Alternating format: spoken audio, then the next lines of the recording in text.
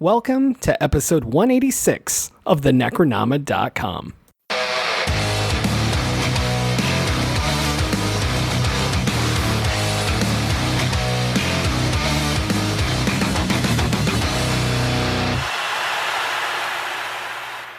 I am James Sabata, horror author, screenwriter, co-host of the podcast you're listening to right now. And my co-host Don is out today because he thought yelling at basketball games was more important than this show. And I want you all to remember that.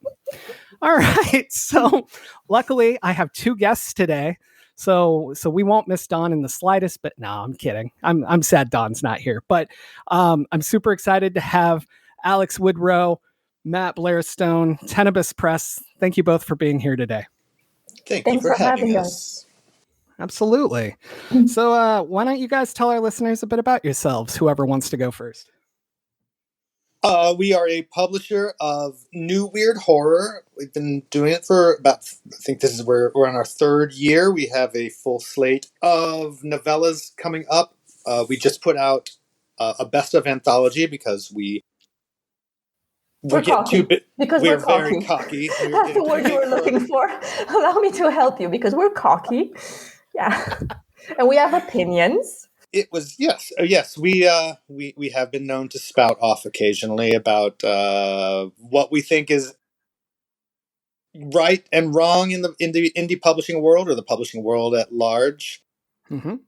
But we also have a couple novellas coming up. We have Soft Targets by Carson Winter that's coming out in just a little less than a month.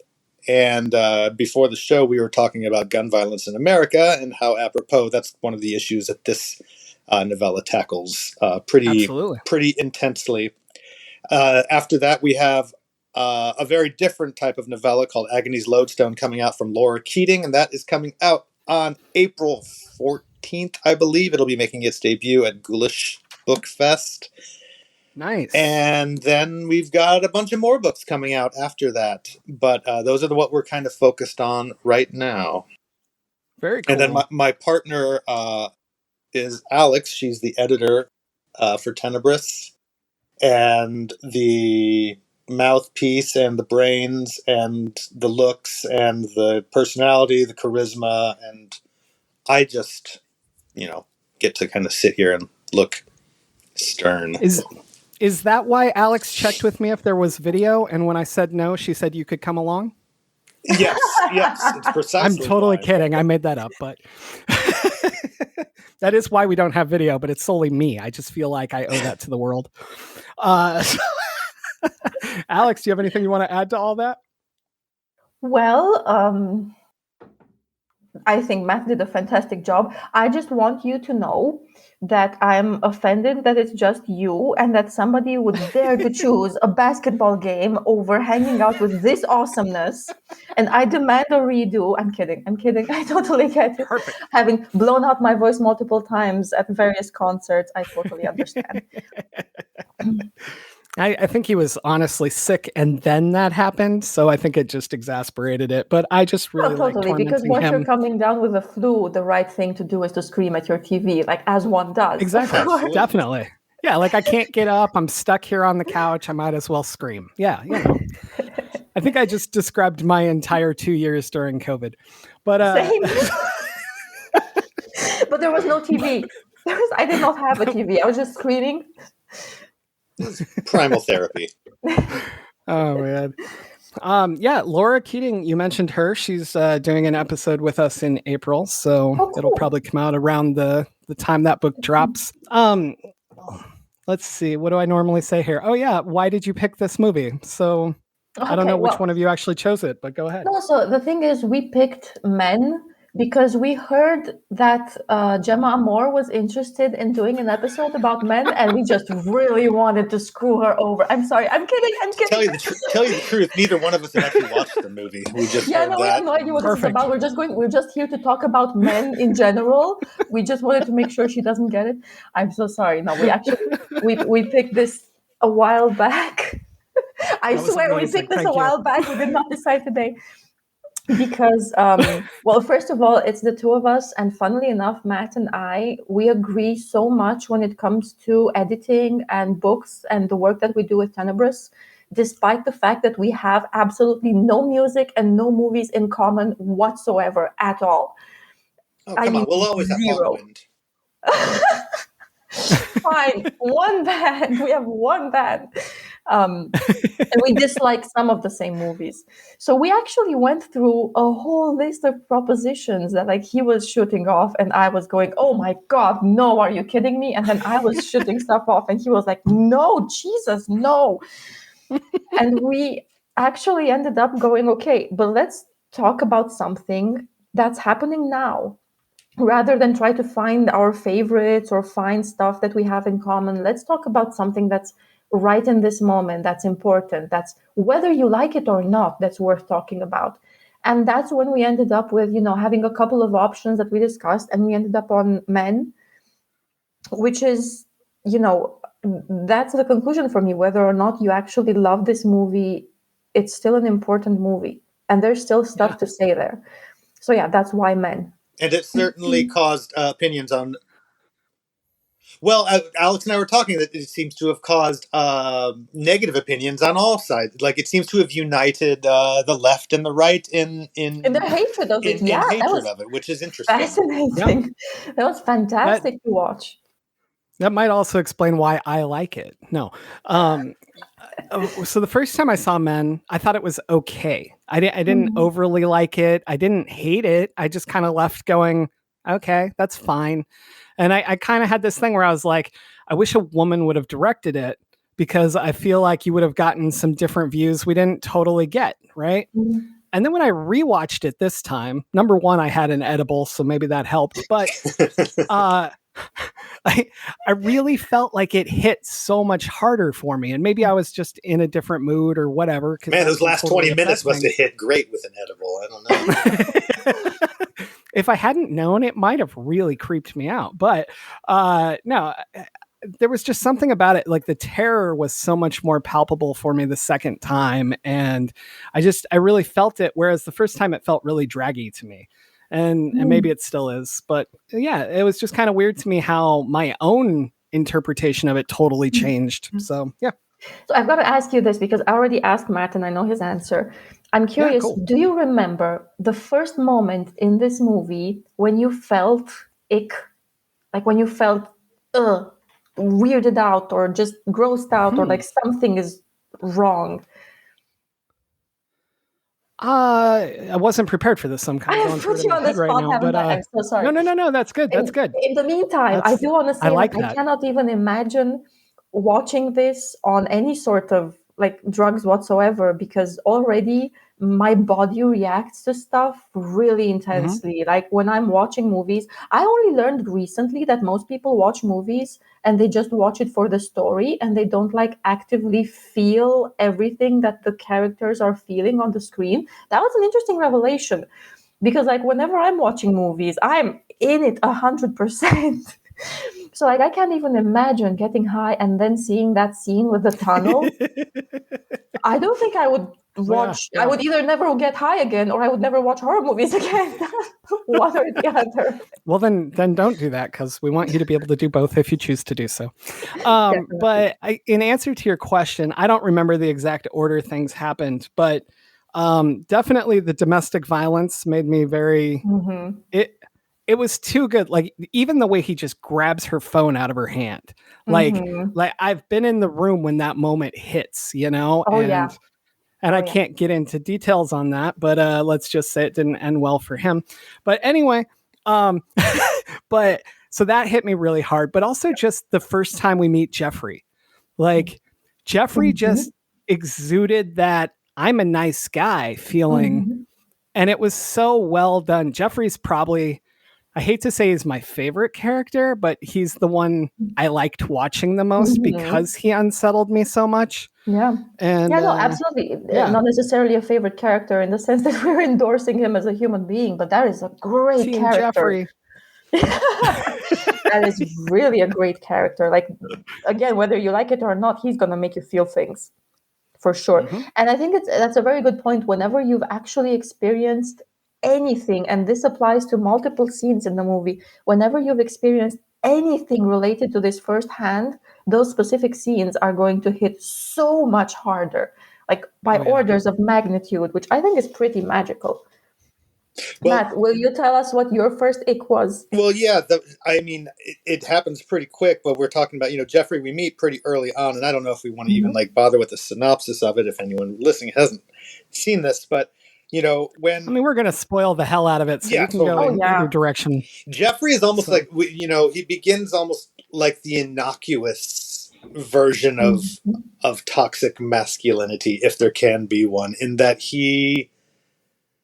his foibles are more of the let me carry your bags for you. You women are the fairer sex, and it's annoying, and it's fumbly, and it's fine because we've all, no matter what culture you're in, you've lived with that. And then it builds, and he's taking her through the house, and he's asking her about her life, and he says, "Is it Mrs. or Miss?" And he says it kind of awkwardly, and she says, "I'm going through a divorce," and then he says, "Well, we try not to flush the tampons down the toilets here."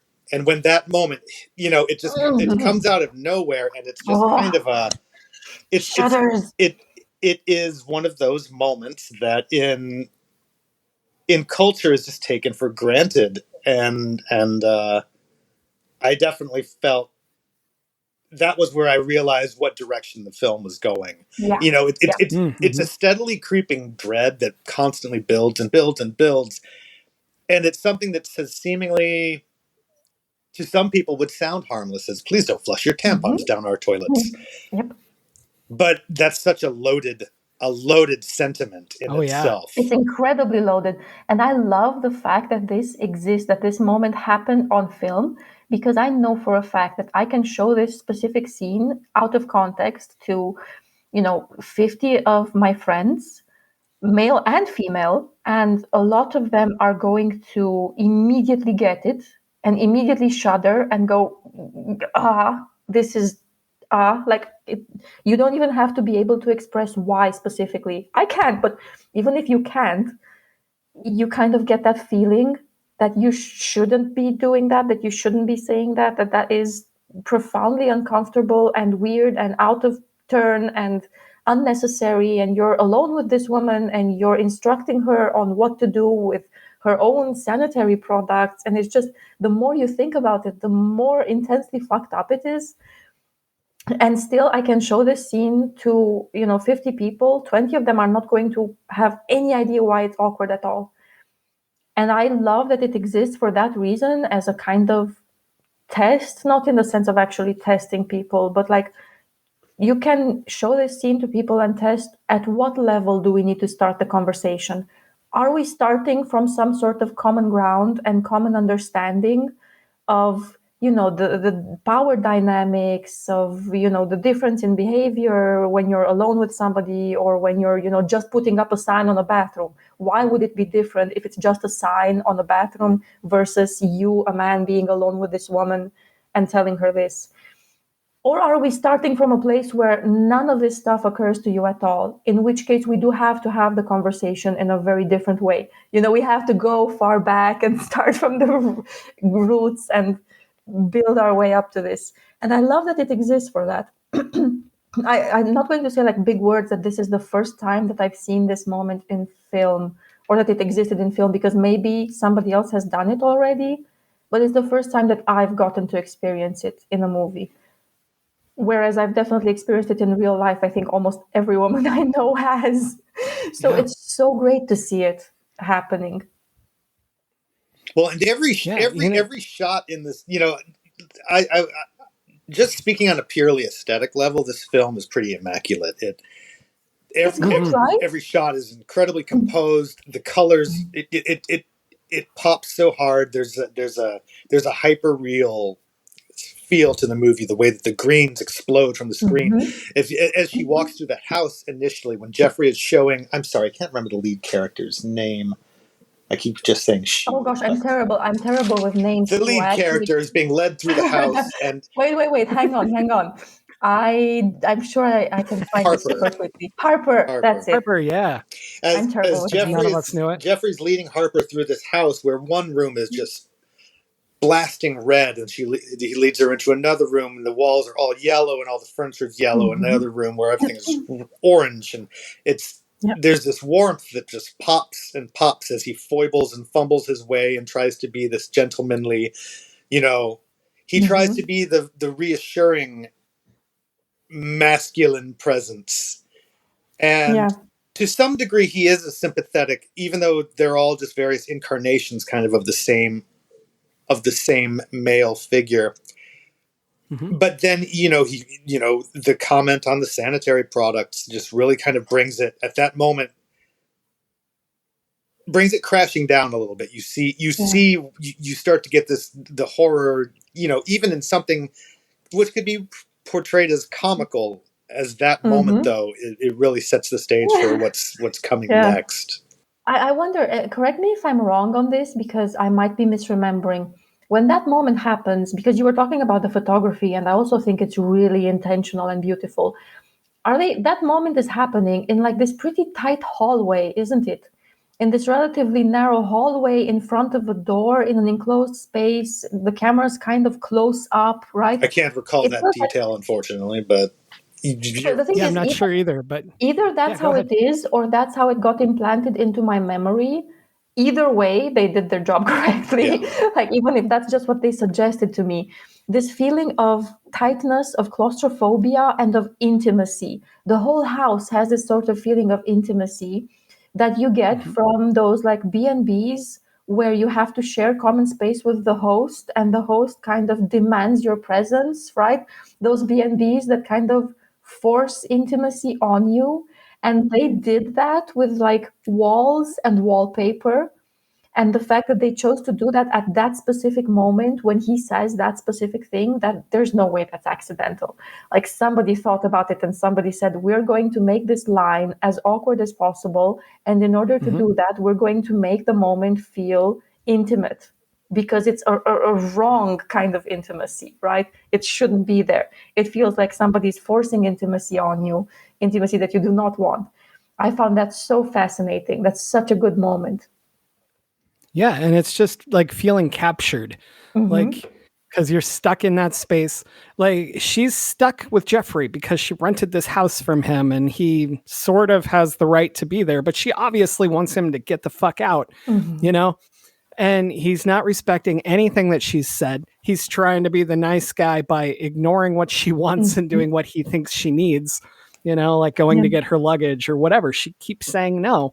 So then you get to that enclosed space that you're talking about, and it's just like that whole scene has just been tightening in throughout. Yes. It's the sort of thing that makes me want to hold my breath the entire time. I'm holding my breath waiting for this person to leave.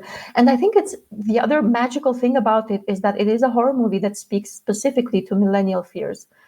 I love that about horror, the way it speaks to a generation's terrors and to a generation's paranoias, the way that, ever since Jaws spoke to its generation's fears. This is doing that because we are the generation of Airbnb, where we are happier if it's a no-contact Airbnb that just gives you a code to a locker and that code lets you into the room, right?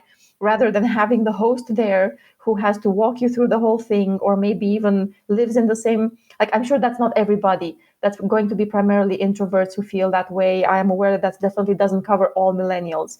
But it is a pervasive fear of our generation, right? We were just talking about how we don't have ringtones on our phones right now and ever, because we don't like people invading our space, not even with the fact that they can make noise in our house whenever they want. We just keep everything silent because this is our space and we need our space and we need to be, left alone and given that space.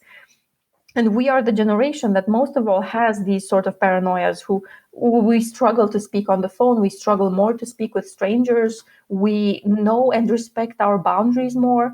And something like that Airbnb host who pushes those boundaries a little too much, I've genuinely experienced that as somebody who went on Airbnb vacations a fair bit and Airbnb weekends a lot. I've experienced that so many times, and it genuinely does set you up for having an unsettling weekend. Like the moment that happens, you know it's going to be weird all the way through. There is no getting better after that, unless that person just physically leaves and leaves you alone. And then it takes you a couple of hours to, breathe out and unwind. And I feel like either a bunch of people right now are going to be nodding along and know exactly what I'm saying, or I sound like a lunatic. No, I think you're right that this is about, I am not of the millennial generation. I'm previous to that, but I think that there's also an undercurrent at play in this story about how previous generations have sculpted each one that comes after. If I can jump around a little bit, I wrote down a quote. Oh yeah. Go anywhere you want. We're still with Jeffrey later on when. So Harper has had, the couple rounds of home invasion and whatnot, and we move into kind of the second act of the film when Jeffrey returns and seemingly to be the rescuer, and he's going to go out into the yard and try to chase off whoever is out there. And she says, "No, don't do it. What the hell are you thinking? Stay here." And he turns to her and he says, "You have precisely the qualities of a failed military man." Mm-hmm. And then he pauses, and then he says, "That's what my father always used to tell me." How disappointed he was in Jeffrey, and so you start to see this, like, a lot of the people who seem to be down on this movie are, it's too woke, and it's so anti-man, and it's so anti this, and it's all, it's pro-woman, but what it is, it's about. And to me, it's about the dangers of, like, toxic masculinity that can be passed down from father to son as much as the way it's dealt with against women. And in that moment, like, before everything starts to just go apeshit in the final quarter of the movie, you get this last moment of sympathy for Jeffrey, who you can see is a product of the environment that he was created by. The previous generations have let him down too. His father, just in so much disdain and disappointment is carried for him in just that one sentence. And I think I'm kind of veering off track a little bit, but yes, I can see how for the millennial generation, how the previous generations have kind of sculpted it. Yeah. I mean, I definitely can't speak for everybody, but it's a huge part of my struggle and of my personal journey is exactly that. It's intergenerational trauma. It's, coming to terms with the fact that my parents' generation went through and my grandparents' generation went through dictatorship, right? And I don't mean to, like, oversimplify this, but just so we are clear to anybody who doesn't know Romanian history, at the end of 1989, there was the revolution that basically overthrew communist dictatorship. Before then, imagine whatever's happening to North Korea right now, that was us. So, like, no access to the outside, people were starving, nobody knew what was going on in there. Romania didn't have access to any sort of media or information from outside. Nobody could leave. It was a whole thing, right? People are massively fucked up because of that. I mean, enormously, more than I can adequately explain to anybody who hasn't, lived in this area.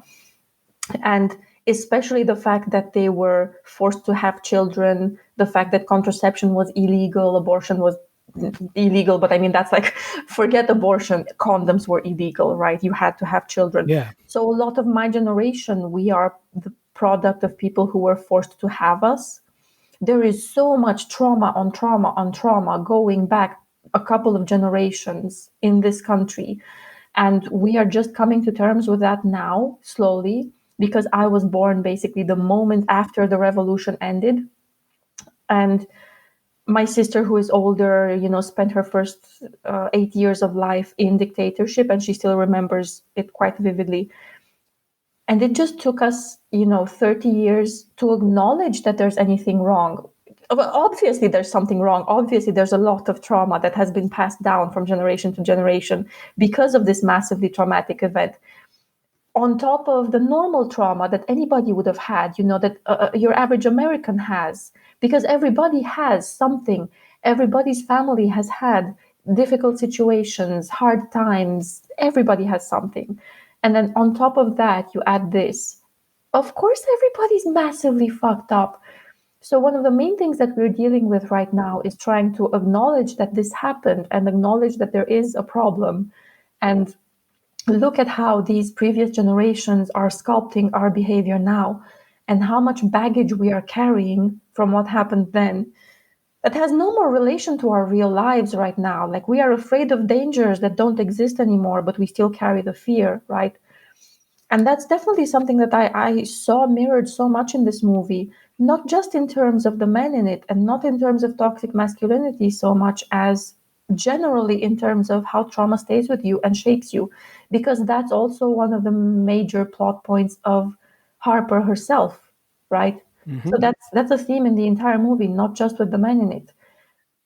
It is about how you are shaped and your actions are shaped and your fears especially are shaped by the things that came before, whether they came before in your life or in your parents' lives. The person who traumatized you probably ended up doing that because they were traumatized by somebody, and again, whether it was a partner or their parents or previous generations, all of this stuff keeps bleeding through, and having to find a way to put a stop to that, having to process that and actually work on it so that you don't end up giving it to somebody else and just paying it forward like the world's shittiest gift, is a lot of work. It is a nightmare. It is an absolute living nightmare to just do that work every single day. It takes so much energy and there is so much fear involved in that process. And sometimes it does feel like this movie is that nightmare. It's a very short and quick and metaphorical version of saying, yes, being traumatized does mean that you live in a nightmare constantly and you are working through stuff that other people cannot even understand constantly, not through any fault of theirs, but because you are working through such specific things that belong to you that are hard to describe. So yeah, sorry, I rambled. Sorry. No. Don't be sorry. That was amazing. I Thank you for warned that sharing was that. what happened. No, that's why I do the show right there. Like I learned some history. I got to see things that I don't normally see, and now I get to think about that and research it. Like this is what I want. So don't apologize. That's amazing. Um, the only thing I really want to add to that is I know this is super obvious, and you would think as a guy with a podcast breaking down social commentary and analyzing things that this wouldn't be like, I don't want to say it was a revelation, but I didn't even take into account how much Harper's domestic violence affected what she's feeling at this place. Yeah. It all makes sense to me, like logistically and plot wise and stuff.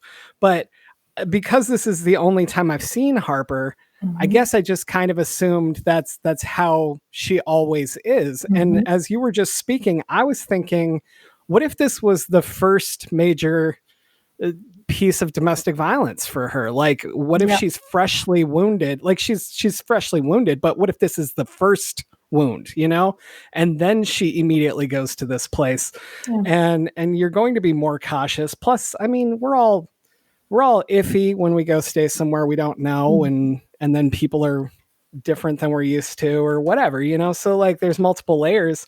But I hadn't considered how much this could be a fresh wound that she's just experiencing it, and that would exasperate it even more. Plus, I mean, then obviously the suicide on top of it, not to degrade that part or the trauma that goes with that either. Totally. And not necessarily even a fresh wound in terms of time, not even necessarily the only one. It could very easily be a person who has suffered domestic abuse multiple times, or it could be something that happened 20 years earlier. I don't think it's so relevant when or how many times as it is what stage of processing that is she in. Because the place where you're most vulnerable is when you're just starting to process. Because before then you kind of have your eyes closed. Again, of course, I'm not speaking for everybody. This is just mostly my experience. But before then you kind of have your eyes closed and your feelings shut down to a lot of things, which is not good for you. But it does make it easier to go through certain situations. You can just sort of compartmentalize and push everything away and get through it. The moment you start to process, you don't yet have the healthy tools to cope with these situations, but you are aware and you do have the extra fear, and you do have those mental correlations, like your neurons jump back to that stuff immediately. And like the same way that you might not immediately consider that she's experiencing the movie in a different way than we are, because she's experiencing it through this trauma and through PTSD and through these reactions. You know, her body might be doing things that we cannot even imagine in that moment. The same thing applies to real life. We meet people every day who are reacting 11 out of 10 to a 2 out of 10 situation, right? A lot of the time that's happening because they are processing that in a very different way that we don't even know about. And we like, especially on social media, we like to be very judgmental of 11 out of 10 reactions. I have been guilty of this myself. I constantly am. Oh, check out this person reacting so badly to this situation. You know, they're being called out for this and they are reacting so badly to it. And the reality is, you do have to make a concentrated effort to remind yourself that people are reacting through a filter that you know nothing about. And a lot of times that filter is trauma from the past, bad mental health, who knows what it could be. So yeah, I think that's a very interesting thing to highlight in terms of this movie. Well, Harper's victories in the movie seem to all be driven by her ability to allow herself to have that moment to process, because the whole film is basically a series of challenges of different incarnations of this character, not caring about what her thoughts are on anything. They're wanting to press their own agency upon her, whether it's the vicar, you know, like being just like blatantly insensitive and pushing against her, to Jeffrey's pushing against her. Oh gosh, the vicar was terrible. You know, it's like, it feels almost like a gauntlet that she's going through, that she has, you know, she has to establish these boundaries against all of the men of this village. And there's, you know, there's no time limit on how she can process this trauma that's clearly very fresh to her, other than what she is able to successfully, you know, put down herself and holding off all of these external forces. It's interesting. It kind of makes me wonder, it's even possible that seeing a movie like this, you know, it's going to help some people maybe start the journey of processing their own shit. Like, even if it didn't do that for me specifically, because maybe I'm in a different place, but I have had my own pieces of media and my own, you know, movies or series or whatever that might not have that impact on anybody else, but for me specifically, sent me down the journey of processing. And usually it happens when the character is, you know, dealing with something and they are taking the step. Like, I recognize the damage in them. I recognize where they are. I recognize their feelings. I'm empathizing. And then they take the step that I haven't taken yet. And that's always a really important moment. Like, I love whenever somebody shows that in media, because it means that the writer is really vulnerable, because you don't write that unless you know what you're talking about. I guarantee it. That is not accidental. And I love when it happens, because it feels like, wow, there is actually, you know, how the Greeks used to do plays for the catharsis. We are still doing that. That still exists in movies today. And that is magic. Like, that's basically free therapy right there. It's funny that you even say the Greeks there, because this film really, I know the mythology of the film is like, you know, based around Green Man mythology, and then the Sheila Nagi, which I was not very familiar with at all before seeing this. But at its source, it feels like a Greek tragedy playing out. And again, like, it can, because it's a series of challenges that she's faced. Like, first she has to navigate Jeffrey, then she has to navigate the vicar and the boy, and then she has to this, and then she has to that. I see that. And it feels very, very like the Trials of Hercules type something or other. Wow, I like that a lot. I can see it now that you mention it. Yeah, I can totally see that. That's cool. That is fantastic. Oh gosh, okay, can I make a confession about this movie? There is one thing that is just hilarious. So you guys know how a big part of this plot is that all of these men are more or less played by the same person, right? They're played by the same actor. They're basically the same man. So I have face blindness. I don't even know if Matt knows this about me. You've In mentioned it particular, in I'm not sure passing. I've We've ever. never dwelled on it. But Okay. So I have face blindness. I only actually recognize somebody's face reliably after I've seen it for a very long time, multiple times in a short interval, right? And even then, if I see them out of a context where I expect to see them, like Matt, if you passed me on the street tomorrow here, I probably would not stop and recognize you until you pointed yourself out, right? Because I just don't see people that way. And it's particularly difficult with what if I was wearing a actors. shirt with my face on it also? No. So what I do recognize very well, because obviously the brain compensates for everything, right? So I'm great with recognizing voice. Absolutely. The moment you open your voice, I'm going to know it's you. I rely on recognizing people's outlines, their haircuts, their way of walking, the way they hold their shoulders, lots of other cues. So functionally, you might never know. It happens especially a lot in movies. So, like with actors, not only can I never remember their names, I have no idea what anybody looks like. If you tell me any actor's name, I literally will not bring that person's face up. I have no idea who they are ever. So I watched this whole movie. I had no idea that they were the same person. None whatsoever. Because they changed their like haircuts and the clothes and they changed just enough that my cues, the ones that I was looking for, the ones that my brain searches for, those were different. So like I watched this entire movie to the end, and for me it was just completely different men. I had no idea that was a plot point until I read about it later, and I went back and I was like, so that's even the same actor? Are you kidding Yeah, me? if I hadn't known ahead of time that it was like, if I didn't know that plot conceit before going in, I might not have noticed it until, the one wonky. So this movie is immaculately made, but there's a wonky bit of CGI. There's a wonky bit of CGI with when he's projected on the child, where they have. I do not like it. And it doesn't. Okay, I did not see that. Can you imagine that I did not see that? To me, that's just a child. I have no idea what you mean. So like the face I was weird. literally going to ask you that. It's just this very adult face projected onto a child's body, Yeah, and I did not to see me that it at didn't all. bother me so much because it definitely looks wrong. It looks like Uncanny Valley wrong, but I could live with that because so much of the movie was already weird by that point. You've got the naked man who's all scarred up running around, and this kid wearing the strange like blonde cherry red lips mask, and the vicar with his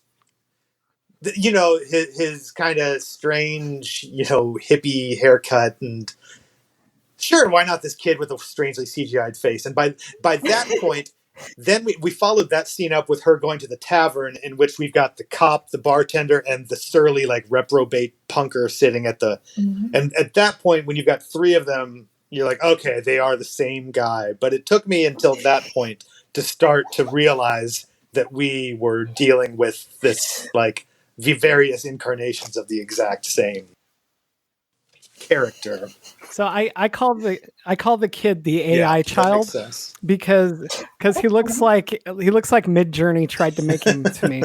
And ironically, I can identify AI absolutely guaranteed. Like that will not fly past me. And yet somehow they just even the bar scene, I have no idea. I realized it after I read about it, but when I was watching it, they were just different men to me. I missed that plot point completely. And I love that because technically it's a sign of a good movie when you can miss entire plot points, but the story still makes sense to you and you're still entertained and you're still getting something out of it. It means that they stuffed it full of stuff, but they considered already, like they planned for everybody to miss certain things. So like we could have a 2-hour conversation about this movie. We are not going to cover even a quarter of the metaphors that they actually stuck in there, the Easter eggs, the imagery.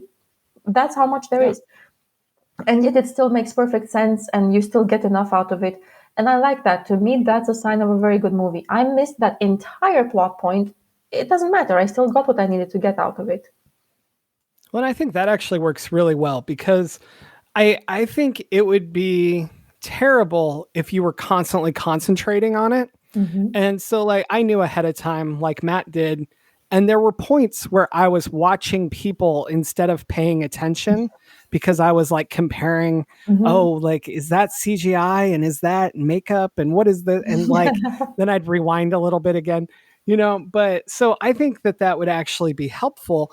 And in some ways, like, I feel like it's not important. It's such an Easter egg that's just built on top of everything. Like the symbolism is there, obviously, but I think it speaks volumes to how people are inevitably all similar. And to me, it's just a manifestation of the trauma that's handed down. Yeah. It's not even, it doesn't have to be a creature that's each of these people, or it doesn't have to be No, a bunch of absolutely. shape-shifting aliens or whatever else. Like, I think it's just we're all touched by it, and it's a physical manifestation of that. And I find that fascinating. Yeah. So I saw a bunch of like criticism that was saying like, oh, one of the problems with this movie is that it's saying that all men are actually the same man, all men are the same.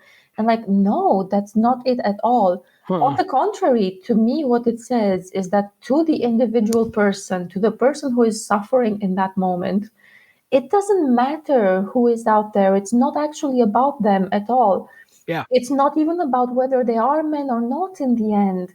It's about the fact that all you get to see, that all you get to experience is your own traumas. And those are the thing that is always the same. You take them with you no matter what. It's like what I learned after having moved, 10 different times to 10 different houses across several different countries. Wherever you go, you are still taking your shit with you. And I did not see it at all as some sort of insult to men that they're all the same, because it's not about that. This is about her. This is about her taking her shit with her and about how she is the same, no matter the situation, no matter where she goes, even on this vacation. She is the one who is carrying all of this trauma with her. And I actually like that. After having learned that they did the whole thing with all the faces being the same guy, I thought that was a really clever metaphor for it. And I also immediately thought, watch how people are going to hate this and misinterpret this as the movie's main message is that all men are the same. It's not true. I think generally critical reception has been so terrible on all sides. Even people who haven't been against the movie. Oh gosh, right. I read this review of it, this explanation of it, because I was doing research and I wanted to see what like the top kind of opinions are. And if you look it up, I think this is after Wikipedia, it's like the second or third response, right? And there's this article that's called like Men Movie Explained, right? And the entire article, Thank God they right? explained it for me in a single article. I was starting to have an anxiety attack as I was reading this article, because it starts to talk about how actually none of what's happening is real and it's all in her head. And it's actually a movie about how she's going insane and none of it really happened. The bar doesn't really exist. The vicar doesn't really exist. It's all in her head. And the movie is, the article is like several pages long and it just goes scene by scene and it keeps going on and on about this one point, that every single thing that happens is only a metaphor. It's all happening in her head and it's just about her going crazy. And again, this is like the third result or second if you look for an explanation. I was reading this and I was hyperventilating by halfway. I was skimming down because I couldn't get myself to not skim because it was so hard to read. And as I was skimming, I was just going, I bet you a fucking man wrote this. I bet you anything you want, a guy wrote this. I was going to so say sure. that. Yeah. There is no doubt. And I was just scrolling and breathing and scrolling and breathing and scrolling. And I go down and I'm like, yep, sure enough, this is a guy named Barry. Fucking Barry. And he is the authority. This is the authority on Barry. several movies, apparently, because his entire thing is dedicated to analyzing movies. So this is an authority figure that people look up to. And his entire he's really bad at it. Of this specific movie, I'm not saying that for anything else. I have no idea how his other stuff. But for this specific movie, his whole thing is, well, she's just crazy.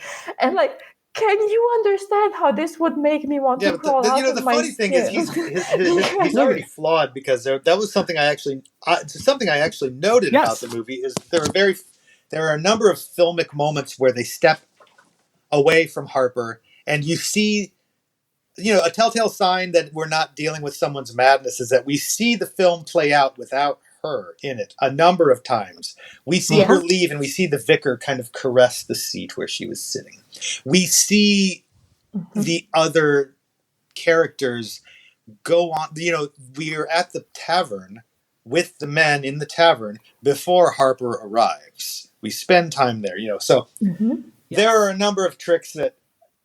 First off, a film is always in somebody's mind. It's a film, so Of course, Very true. every story is like that. If you think about it, we barely see anything omniscient anymore in publishing because it's not the fashion right now. So almost anything that you're reading, it's told through somebody's perspective. Well, I think we all are also obsessed with unreliable narrators now. But go ahead. Reviewer chose to interpret it as she's hysterical. As that old chestnut. Yes. The fact that he's choosing that's just congratulations, you made the point. Yeah, congratulations, you made the movie's point for it. Bravo. Is the yellow room a wallpaper room? Because it could be yellow wallpaper. But no, the main reason that this is not all in her head is very blatant at the end when her friend Riley, I think her name is, shows up. The car is smashed up. The car is slammed into this little place where the wheel popped off. Glass and the blood is there. There's blood all over her dress. Yeah, if they were going to telegraph this is all about sanity, that's when they would have done it. The car would have been fine. You would have had the exact same movie, but at the end, we would have had this same character come in and the car would have been fine. Absolutely. But the point even goes deeper than that. Even if this was about her going insane, you don't get to say that. Like, you don't... It's not that you don't get to say that, but you can't reduce it to that, right? You don't get to reduce it to that's all it is, and therefore none of what happens is actually important because it's all in her head.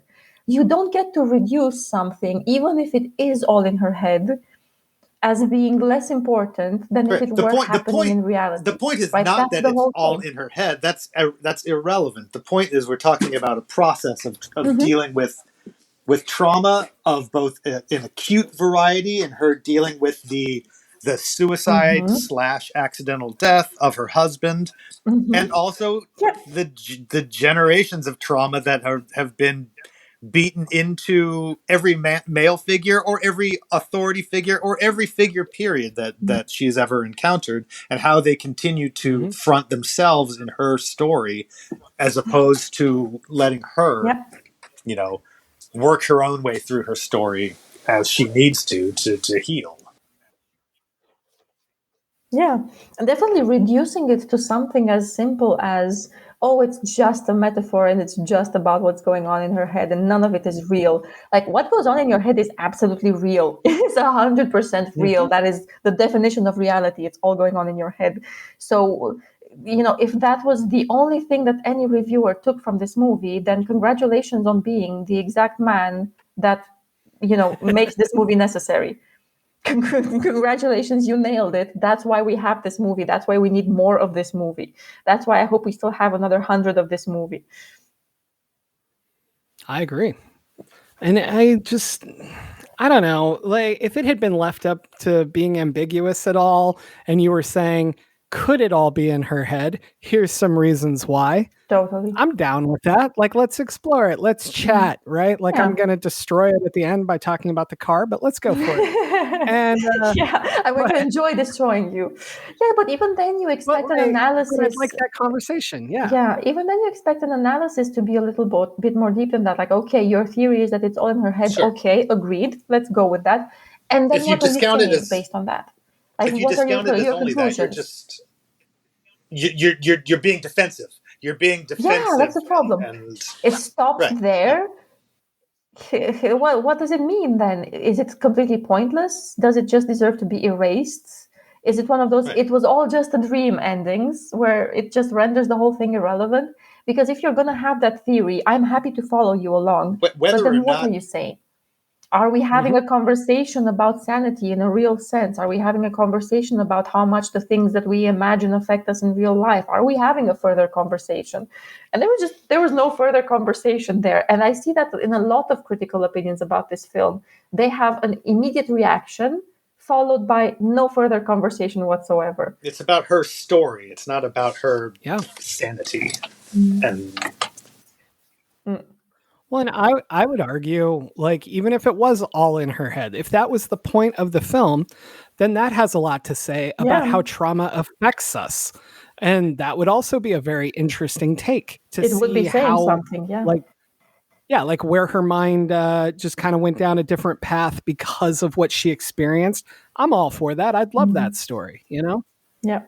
So, But the point is, it's always a seems more reductionary complex. and insulting.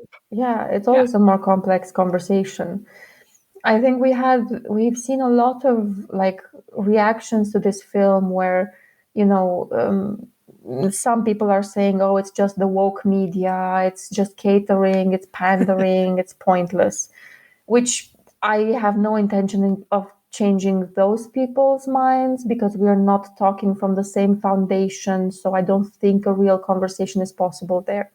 But then you see the other side who are going, oh, it's not actually, it's not progressive enough because it's just saying things that have already been said and it's obvious and it's, ham-fisted and it's just, whatever, it's unimportant, it's blatant, it's in your face, it has no subtlety.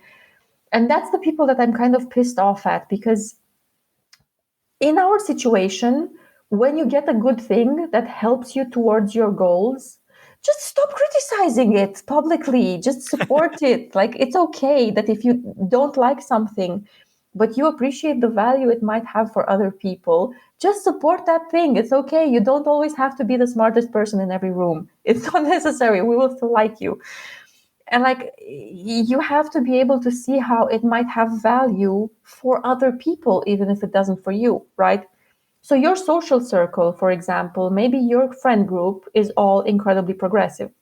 All of them, every single one.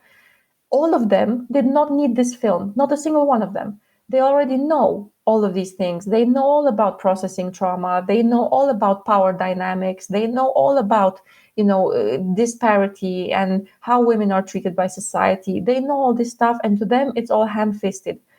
Good. That's awesome for you. You live in a protected bubble. And the vast majority of the world does not live in your bubble. And for the vast majority of the world, this is a necessary film, ranging from people who kind of know this stuff, but feel good to have it confirmed because their environment doesn't confirm it for them, right? Their friends are not as progressive, are not as understanding. Their friends think therapy is for idiots and women should be in the kitchen. And for them, it matters to see this. Ranging all the way to the person who genuinely has those beliefs, who doesn't even understand the very beginning of this movie, who has no chance of understanding anything from it because they're not speaking from the same point of view. They don't have the same life experiences. They don't have the same understanding. And if you ever want to get to those people, and I mean, I have friends like this, right? Well-intended, fundamentally good people whose education, because maybe we live in a country that's been set back by certain events, which I mentioned before, because we live in a community that's a little different from what you might expect, because we live in a rural setting for any number of reasons, right? I have friends who are like that. If you ever want to be able to have these conversations with them, these things have to not only exist, but become ubiquitous. Like, you have to have this messaging and these experiences shown not in one movie, in 60, in cartoons, in detergent commercials. They have to become common before we will get to a place where everybody, like everybody on my street and my butcher and my baker and that guy friend I had in high school, and everybody has the ability to have an opinion on it and have a conversation about it. Because we're not even talking about getting everybody to have the same opinion. We're just getting them to the point where we can all talk about it the way that we are talking about it, right? So that's my criticism to their criticism. People say this is ham-fisted and unnecessary and blunt.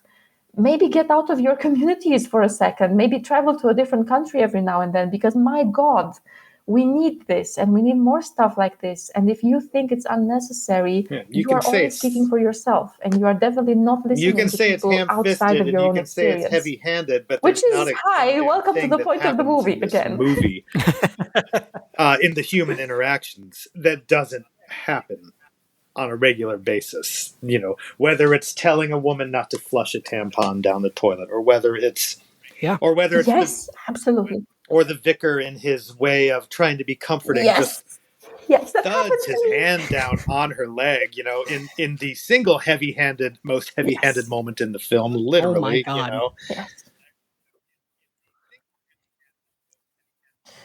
Oh gosh, do you know that just happened to me recently?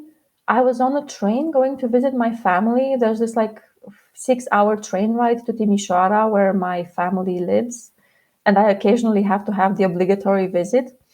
And the conductor of the train, the guy who checks your tickets and, you know, makes sure everything is in order, I don't even know exactly what he's supposed to be doing, had a lot of free time, and the seat next to me was empty, and he sat down, and it was just misogynistic jokes the entire ride, racist jokes the entire ride. And this is a person in a uniform, and it's an older guy. It is not somebody that I feel comfortable talking back to. I'm already the kind of person who doesn't, like, I don't, I only talk back to people when I love them and I'm comfortable with them, as Matt probably knows very well. And we definitely arrived to the point where he slammed his hand down on my leg in a random conversation about bees, you know, because that is a thing that some guys apparently think is totally okay to do, especially older men, especially of a certain upbringing, especially in this country where that certain upbringing was, you know, it's hard to be angry at people here because you know how they were raised, and you know it's not technically their fault for the stuff that they're doing. Whenever I want to be pissed off and just lunge at somebody's neck and choke them, I remember that they went through what they went through, and the education at that point was what it was. And it was like basically military, and it was just propaganda for the state and for the party leader, and everybody has their role, and women have to produce children because the party needs workers. And like, how can you even be that angry? But at the same time, there is still such a horrible thing to go through. And anybody who thinks, oh, we don't need to see this in movies anymore because we all know it's wrong, I'm so glad for you if your group and your community knows that it's wrong, but not everybody does, not even close. And some, again, good people, fundamentally good people, just had the wrong upbringing and do not have exposure to the right things and do not know it's wrong. And the only cure for that is exposure. Yeah, absolutely. And I always come back to, this is going to be a weird analogy, but, you know, my ex-wife always talks about asking my kids to do something and they ignore her, and she asks nicely again and they ignore her. And finally she snaps and yells at them. And again, this is a weird analogy, but this is how I see films like this. When people say, oh, it's too woke, it's too in your face. Well, we tried subtle and we tried that. So now it's in your fucking face because you refuse to listen. You know, so if they really want things to stop being woke and stop being in your face, fucking change already. Go out in your communities. Yeah, go out, go on the street, go into your communities, talk to your friends. Have conversations about it. If you want us to stop shouting at you, go out and do stuff. Because we are doing our very best that we can every single day to do and to act on these principles. So if you're tired of seeing woke movies, go out and do stuff until people no longer have to feel unsafe in a situation that should technically be very safe. Like going to talk to your local spiritual leader or going on a train. Yeah, definitely.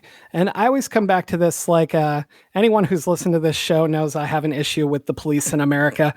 And, you know, people always do the all cops are bad. And then people are like, well, my uncle, blah, blah, blah, blah, blah. And I'm always like, if you're a good cop, you should be standing up to bad cops. And if you're really a responsible gun owner, you should be standing up to the crazy gun owners, because people don't listen to people different than them. They listen to people in their ranks who they think are just like them.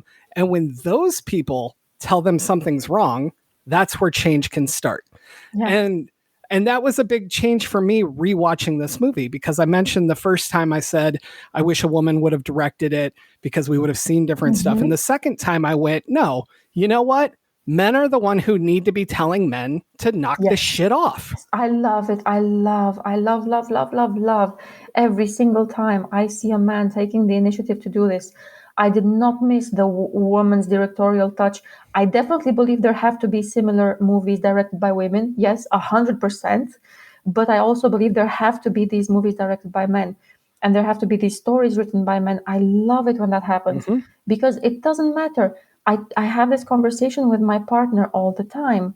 He's in the music industry and he works with a lot of guys who are, occasionally very cocky and self-assured and might not always have the best kind of attitude. And I always tell him, if I see some bad shit and I say something, that's not going to matter. That's not going to count for them because I'm just a woman defending another woman. I can do it and I will do it, but it's not the same. If you do it of your own initiative, and they genuinely believe that that is your attitude and they see that you care, it's going to rock their world. It is going to actually shake them because they don't expect you to have that sort of opinion. They don't expect you to go, you have to treat these backing vocalists better because what you just did was bullshit. Nobody ever does that. They are going to shake in their boots. They're going to be shocked. And that's when you might actually change somebody's mind. If I do it, that's just expected. That's whatever. Alex Garland, the writer-director of this, I think he acquits himself admirably, by coming, by saying what he has to say in this film, because he never tries to take, he's never trying to take Harper's story as his own. He's never trying to live in an experience that isn't his. This is a film about, he's observing verifiable things that happen in our world and the way people treat one another. And I'm glad that a man is telling this story, just as much as women need to be able to tell these stories. It's important that male figures in the film industry do the same. I almost wonder whether I have this feeling that the actress herself is actually so much more responsible for the outcome than in most movies you would see. Because I feel like the writing is giving you story, but she's actually the one giving you most of the feelings, like most of the emotion of what's happening. I found that super interesting. I genuinely don't always feel like the actors have a lot of contribution, and in this one, I felt her a lot. I don't know if that's actually true or not. It might just be my impression of something, but it definitely felt. There's only 4 actors in this whole film, if I'm counting correctly. There's really one man. Yeah, there's the one. Are you sure? Because in my head, there's like 20 people. There's the husband. There's the man who plays all of the villagers. Yeah. There's Harper, and then there's Harper's friend on the phone. Yeah. Oh, and then there's the female cop who shows up for 1 minute. So there's. All right, I have it pulled up. There are 7 cast members total. And one of them is the boy who plays... Yeah, one of them is just the placeholder boy. Oh, because they got an actual kid to play that role and they just changed his face. And they digitally changed his face to be... I'm sorry, I don't know what the actor's name is. He's phenomenal too, obviously, playing that many different roles. But I can't think of what his name is. Rory Kinnear? Sure, why not? We'll go with that. I swear, I imagine that me watching this movie is a little bit like somebody who is completely colorblind in every sense, looking at a painting. It's just, we're definitely missing a little bit of the context. There's something kind of fascinating about that, though. So, yeah, I don't know. Like, just the weirdness of... like how I got stuck, like I was talking about earlier, where I would watch them to pay attention to the differences. Like, I don't know. It's fascinating to me how our experiences watching it would be so different, Radically different, yeah. And think about it. This is just different in ways that we can express and understand. it's radically different in ways that we can't even really compare because we don't have the right language or we don't have the right entry point for it, right? It's like when we're talking about color blindness, again, such a fascinating topic because we don't even have accurate ways to communicate what each color looks like to us. We can talk about relative, compared to other colors. We can talk about, show people what it would look like with various filters on. But if you think about it in an objective sense, we don't have a way to communicate to each other what colors look like to us and why it's different between somebody who is or isn't colorblind. And I think it's the same for stories like this, stories that have a message and meaning and depth and layers. The easy part is the stuff that we can latch on to and say, oh, this is how it looked like to me and this is how it looked like to you. But there's other stuff we don't even imagine we are experiencing differently, and we are. And it always reminds me of this thing that there was like this big Twitter war a couple of months ago, I think. Months, weeks, years. Twitter It was time is so yesterday. relative. Yeah, I mean, there's been probably. 25 of them since then. Yes. Yeah. Where, I think it was this morning. where people realized that the word frown does not mean the same thing for half of the planet as it does for the other half. And it devolved into people insulting each other and blocking each other over this because we feel so strongly that Americans are apparently convinced that frown is something you do with your mouth. And it is just the most shocking and ridiculous revelation. I'm an editor who works with people both from the US and every other English-speaking place. And I've spoken to other editors who do the same. And we were like, we're editors. We should have known this. And we didn't. Because we just always assumed that we are talking about the same thing. And we are on a fundamental level not. They don't mean even close. The word frown doesn't mean even close to the same thing to you as it does to us. And we just don't know about it. We just didn't consider it until it blew up, And it always makes me think of this, like, how many things do we experience in something as complex or a book or a movie, like a book or a movie, that we just assume we are using the word in the same way. We assume that we are experiencing the same thing, and it's radically different. And we have no idea how different it is. And I think that's the power of like fiction, is to give us all these individualized, customized experiences and let us fill it all in with our own baggage, right? And a movie like Men, it lets you bring your own baggage to the table. It definitely, no matter which side you're coming from, it allows you to bring your luggage and unfold it all over the place. Yeah, I love that about it. So what does frown mean when it's not your mouth?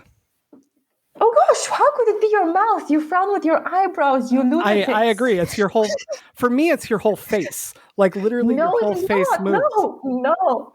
See, no, you can smile this is exactly and frown why I at want the to do same this. time. I frown with my soul. I don't know what you're talking about.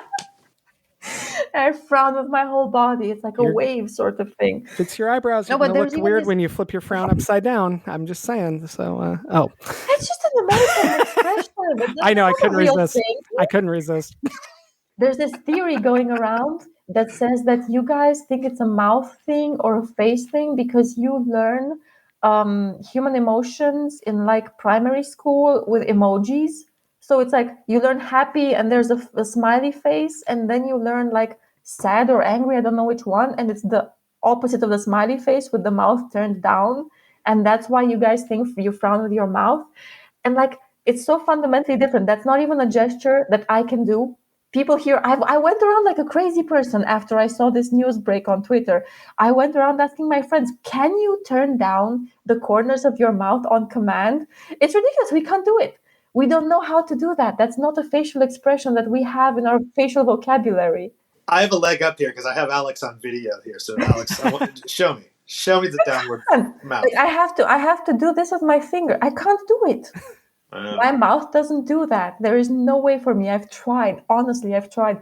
I didn't believe it was possible. So I was on Twitter asking people, I dare you to show me a picture because I bet you can't do it. And they did, because they can. Because you guys are taught to do it and we're not. It's so different. And we thought it was just frown. Like we all assumed. We read books, right? And people frown in books constantly. There are thousands of frown in every book. And we all think we are imagining the same thing. We are not visualizing the same thing at all. He's not even close. I mean, that speaks to this movie overall. Like, no matter how much Matt and I try to understand what you understand about this film, it's fundamentally different. My wife, the things that she's felt and then watching this, or whoever, like, no matter how much I try, I don't have those same life experiences. So I think this frown conversation is really interesting because it's kind of, at least to me, it's kind of symbolic of exactly what this movie is trying to explore.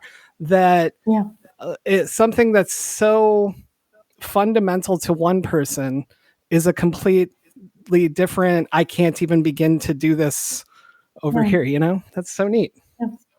It's interesting because this movie is kind of what bridges that barrier and gives you sort of the start of these experiences that a lot of us have had. And the weird thing about traumatic experiences, especially small repeated aggressions, like somebody putting their hand on your leg when you do not want that interaction, is that the more times it happens, the worse it gets, right? The first time it happens, it doesn't even maybe mean much. It might even have happened to you as men. I'm assuming it does for sure, where somebody will put their hand on your leg aggressively.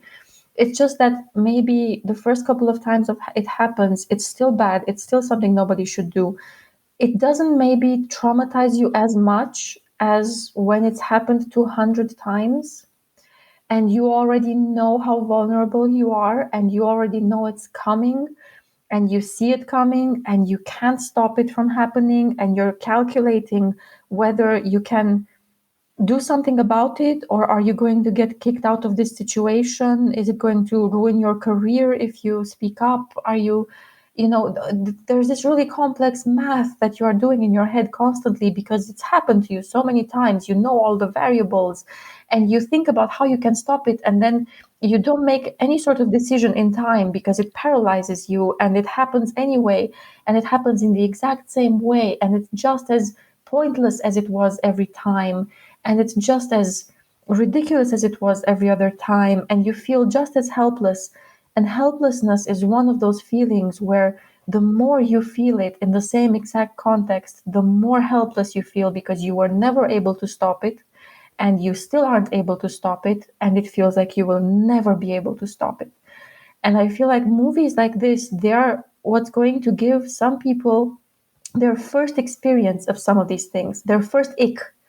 It might be, if not the first, one of the first times that you feel those chills at somebody putting their hand inappropriately on somebody else, at somebody making a horrible remark to somebody who you recognize is in a vulnerable situation, right? Because again, that makes everything worse. This character is vulnerable profoundly. In every place where she goes, she's alone with the vicar. Basically, she's alone with that B&B host. She's in a vulnerable situation by default, and then she's vulnerable because of her past. So you get to experience what it is like to be that vulnerable person in those situations, to feel that helplessness, to feel the anger, to feel that you have no place to put that anger, to feel anger at them, anger at yourself, because you don't know what to do with your feelings, and it's so complex. And then if this is one of the first times that you get the opportunity to feel all those things, I come back to the same conclusion. We need this movie, and we need another couple of hundred of these movies. Whether or not, everybody likes it, it's not even the point. Because it makes me feel like there's a hope that I can have these conversations even with people who haven't had the same experiences. And that's fantastic. Whenever we can talk from common ground, that's, it changes everything. Just feeling understood and feeling like you're safe with certain people because they know these things, and you can unburden yourself with them, and that changes everything. I think half of healing comes from just being able to talk to somebody about all of this. Absolutely. That's actually a really good segue into one piece of the movie that we sort of almost touched and then left that I really want to talk about. And that's the conversation with the vicar. she has this moment where he offers her a safe space to talk and deal with what's bothering her, and he's there for her. And then this motherfucker, This is a hard one. It's so. This is the most uncomfortable thing in the entire movie to me because I know how fucking real it is. When he starts blaming her for James's death, holy shit. Like, you didn't give him a chance to apologize. You didn't hear him out. You.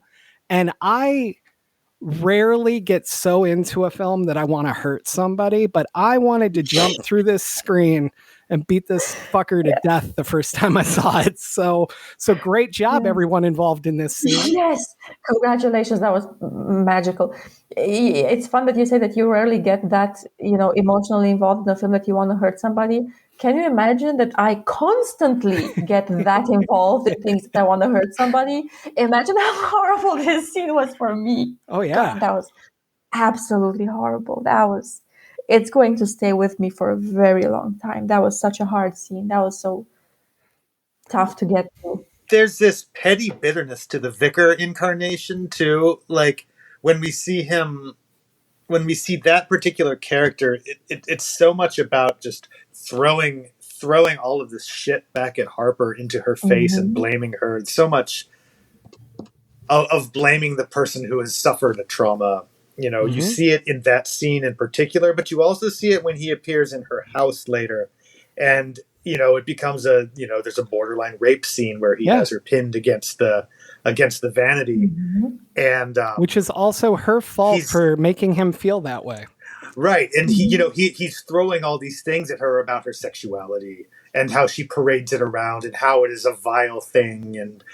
And you want to look at this as just being this completely monstrous action, but it is. But unfortunately, it's also this very real action that is not looked down upon nearly enough. This is how a great number of people behave and are taught to behave, and they they are trying to weaponize. I don't know. Weaponizing a woman's sexuality against herself might not be the right way of saying it, but it's kind of what it feels like. Yeah. And her feelings of guilt, her feelings of heaviness, her fear. The most shocking thing about these scenes, the one thing that I wish, everybody could go back and look at them, or if you're going to see them for the first time, look at these and really try to picture if somebody believes that about you, right? So they fundamentally believe that the reason why somebody was, for example, abusive to you is because you didn't say the right words or you didn't try enough to appease them, right? Or the reason why you were assaulted is because you were dressed a certain way. Or, this applies just as easily to a man. See that scene, watch it, and imagine somebody believes these things about you, fundamentally believes them to be true. They are not just saying these things because they want to hurt you. They don't want to hurt you. They don't give a fuck whether or not they hurt you. They believe that this is true, absolutely, 100%. And feel those feelings that this exists, this is real. Somebody believes this about you, and you can never stop them. There is no changing their minds. You will never make them unbelieve those things. You will never make them cease to exist. The most you can do to a person like that is not have them in your immediate presence if you're in a position to do that. But like if it's your boss or something, not even that. You can never make somebody stop believing those things about you. That is the kind of profound helplessness that a scene like that makes me feel. It's not shock that he said that. Yeah. People say that. Like, people believe that. That is the normal part. That is part of what being alive is. The horror and the shock of it is that she cannot do anything about it. There is no changing that. The person that she relied on and thought would help believes that, and that is it. That is final. That is the judgment. That is the end of the conversation. And that is what it's like. in real life. Like, no matter who you are, but especially if you're any sort of marginalized person, any sort of person that other people don't understand or fear or don't know enough about, you are going to constantly, possibly daily, encounter situations in which they have made a final determination about you. It is absolutely horrific, and there is just nothing you can ever do to change that. You have to live with that. And whatever actions you take have to be on yourself, on how you cope with that, on how you move on from it, on how you deal with it. That's it. You can only act on yourself. That is horror right there. Like, that is chills for me. Mm-hmm. And I think that scene hit me even harder because she takes a couple seconds to decide whether she should talk to him or not. And that was so important to the writing of this scene for me. It wasn't just, oh, I instantly trust you because you're a vicar, or, oh, I really need someone to talk to. Thank God somebody's here. She immediately contemplates whether she should talk to this person. And then makes herself vulnerable, and then he does this. And it's just such a tightly written scene. The writer in me is super jealous of it. But, you know. Yeah, same. It's that mental math that I was talking about that we're constantly doing all the time. You know, a lot of people, especially anybody who has ever been traumatized, it's that mental math in any situation. You're going to take a couple of seconds to try to figure out what you can do, who you can talk to, how you can talk to them, which sort of approach, which mask are you wearing today? Well, what's going to be the safest possible reaction? You know, what can you do to be safe? And so, again, like you said, agreed, complete writer envy, because I know that this is real, and I don't think I would have had the creativity and attention to detail to give her those couple of seconds, and they definitely are there for a reason. Yeah. Man. And then, you know, the weirdness of the kid telling the vicar to fuck off. And I like how that kind of throws you off for a second. Like, it almost makes you you're more comfortable with the vicar because the kid told him to fuck off. And Yes. I thought that was fascinating because I would have never thought to do that. I almost feel like it's possible that they were even going for something that I didn't totally understand. There's some sort of deeper metaphor there, something to do with religion, something to do with men's relationship with each other, something that maybe I missed. Because again, I'm sure there's a lot of stuff I missed. This movie is so tightly packed that I know I only understood like 70%, if I'm lucky, of what they're going for. But it definitely has that sort of feeling of those situations that you witness, that you kind of get that something is going on, but you're not totally sure what it is. You kind of get that it's bad, but you're not totally sure why. It's fascinating that they got that effect. Well, we're not even getting into the Green Man mythology or the Sheila Nagi mythology, because I don't feel like I am a qualified speaker on those subjects by any stretch. But there, you know, it operates on a number of other levels for people too. There's a point where the vicar like quotes some poem at her, and I had to look it up, and it's apparently Yeats, and I don't know. Oh, is it? I'm sure it's thematically relevant, but for something about Agamemnon and the rape, Zeus rapes some woman on a battlefield, and again, it's far beyond my pay grade. But Yeah, I also admit that there's a lot of stuff that I just, goes over my head. I don't have enough information. I don't know enough to have an opinion on it. And that's fine. I don't think everybody has to have an opinion on every single aspect of everything that they, every movie they watch or every book they read. It's fine to totally miss stuff. It doesn't matter. Well, and what I like about that is that's a great opportunity for our listeners who do understand it to hit us up with some comments, and then I'll learn something. So, you know. But yeah, so I am upset that this movie revealed to women this giant secret men have been hiding all of existence, where we can just make babies at any given time, and we can just pop them out of our face or our arms. And I felt like that's a secret that should remain with us, but now that it's out there, No, really. I wish that secret had stayed a secret. Like, if I didn't have enough body horror in my head related to the whole pregnancy, childbirth thing, which is just terrifying on a fundamental level, Yeah. this just really made me, last nail in the coffin of I am never touching that stuff because, whoa. So I was So creepy. watching. I'm going to have nightmares about that one. I was watching with my wife and I was like, this is where I call bullshit because these men aren't acting like this is painful at all. And if a man had to have a baby, a man would be laying there crying for months afterwards. Like, there's no way. So, I mean, if a flu is as bad as it is, I cannot even imagine.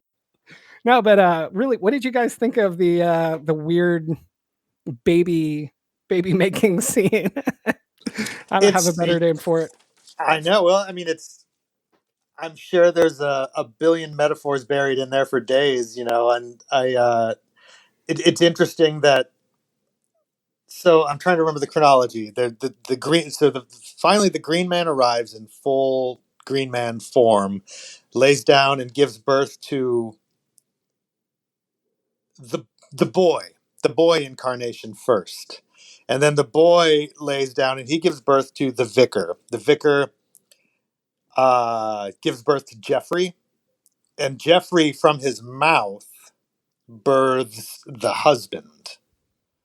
And then the husband sits down on the couch with the broken leg, with the arm split, and basically takes one. Oh gosh, that arm split was brilliant. I loved that. I mean, there's some great. We haven't even talked about the fact that this is a horror movie, really. Like if you just want the blood and guts of this movie is fantastic on that level as well. It's gruesome, but then the husband sits down at the very end and tries to throw one last bit of venom at her, and basically just pouts on the couch. Well, this is how I died. My hand was impaled on the fence, and I broke my ankle, and all my internal organs burst. And all I wanted was your love, Harper. And it's almost like at that point you get a bit of. I'm glad they almost give her a little bit of. It's not a happy ending, but in that moment she seems to find a little bit of peace where she can just subtly say "fuck off" to all of this trauma that has just been thrown at her for an hour and 40 minutes, and just kind of wash herself of it. I think that this ending is definitely weird, like capital W weird and not capital W weird. And I feel like it's people are debating what it actually means. My take on it is, what do you want it to mean? Like, what do you actually want it to be? Because if you want it to be something, if you want it to have a meaning, okay, no problem. The meaning is that ultimately she processes all of this stuff and comes to a realization that the real seed of all of it, that the real seed of her terror, of all of these other people, of everything what's happening to her, the real fundamental problem at the core, right? Because what are these births if not revealing what's at the core of something, and then revealing what's at the core of that, and then what's at the core of that actually comes from her trauma. It's right there for you if you want it. If you don't want that, which I personally didn't necessarily, like, I had to think about it to find it, I was happy to just go. And then at some point, they decided to just go with the horror and went, what's the most horrific thing we can do right now? And that's what they came up with. And I'm happy with that. Like, that's enough for me. Not every single thing has to be about something or have a deeper meaning. If you want to look for it, I'm sure it's there. I'm sure there are many options. I'm sure that, you can find some far better than the one that I did. And if you don't, it's just really fucking creepy, right? It's like disgusting on a fundamental level, and it's creepy, and it ties everything together, and it just gives you the shivers, and you're glad it's not happening to you. And that's all it needs to do. I like that a lot. Yeah. And I sat there the first time I saw it, I was like, why does it end right there? Like, I kind of wanted like a scene where she goes off on him and she's like, no, fuck you. I'm not taking all this, But then, like, the more I thought about it, it became so much more powerful if she just turned it off. She was like, no, I'm fucking done with you. Like, I don't need to kill you because you're not I don't know if you're real, but you're not important to me anymore. Like, I'm moving forward. And I think that's so much more powerful than any ending they could have given us. Yeah. And it's a Well, the place other where thing the is that ambiguity works. Yeah, go ahead. if you give it any sort of ending like that, you are in a way saying that there is an end to trauma and there is an end to processing trauma. Yes. And that would be a blatant lie. Like, we do criticize works for trying to do that, for trying to show trauma as this thing that can happen, be processed, and resolved within the span of one story or movie. Not only is that unrealistic in terms of the time it would take, sometimes it never gets resolved. That's not how it works. It's just there. You cope with it, you learn to live with it, you learn to have a happy life with it. But that desire to have a finale for it, it's what we all feel when we start to process and when we start to accept that it's, what happened to us. I wanted that too. I definitely thought, okay, great. Now I've acknowledged that all of this shit happened to me and nothing happens. Like, I don't actually get to have it be over, and that sucks. I think everybody has that impulse at first. And then the next step is when you understand that no, there's no ending. You just have a happy life regardless. And it comes back sometimes. It's not linear. Giving it any sort of specific ending would have kind of suggested or implied something that's contrary to the entire experience of the film. You don't get to have closure with trauma. You don't get to have an ending. You get to have a new day. And you get to hope that this new day is going to be better than the last one. Or you wait for the sequel, More Men. Men Again. Oh gosh, Men Again is perfect. That's horrible. I'm sorry, that is the worst. I love it. I hope it opens with another birthing scene. But let's go back to the hand. Like, number one, the gruesomeness is just glorious. Like, it's fantastic. The idea of slowly pulling back on that blade is just it's perfect. And he slams it into the door slide. Yeah. Crack.